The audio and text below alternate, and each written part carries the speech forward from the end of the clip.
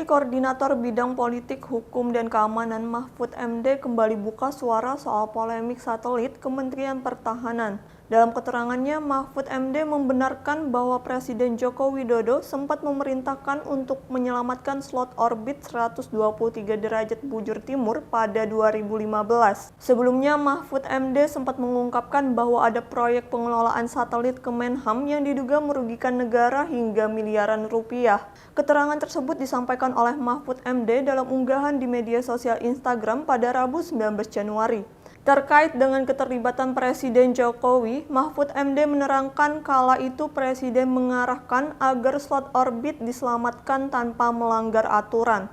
Dikutip dari Kompas.com, untuk diketahui kala itu terjadi kekosongan slot orbit 123 derajat bujur timur pasca satelit Garuda 1 keluar lintasan. Disebutkan oleh Mahfud sebelum adanya arahan tersebut, Kemenham yang kala itu di bawah kepemimpinan Ramijat Rachudum membuat kontrak sewa dengan satelit Artemis milik Avanti Communication Limited. Pasalnya kala itu Kementerian Komunikasi dan Informatika tak langsung menanggapi permintaan Kemenham. Apabila terjadi kekosongan, maka hak pengelolaannya bisa gugur secara otomatis dan digunakan oleh negara lain. Padahal kala itu Kemenham tidak memiliki anggaran untuk proyek satelit. Hal ini kemudian berdampak pada pembayaran uang sewa satelit. Avanti lantas melayangkan gugatan ke pengadilan arbitrase.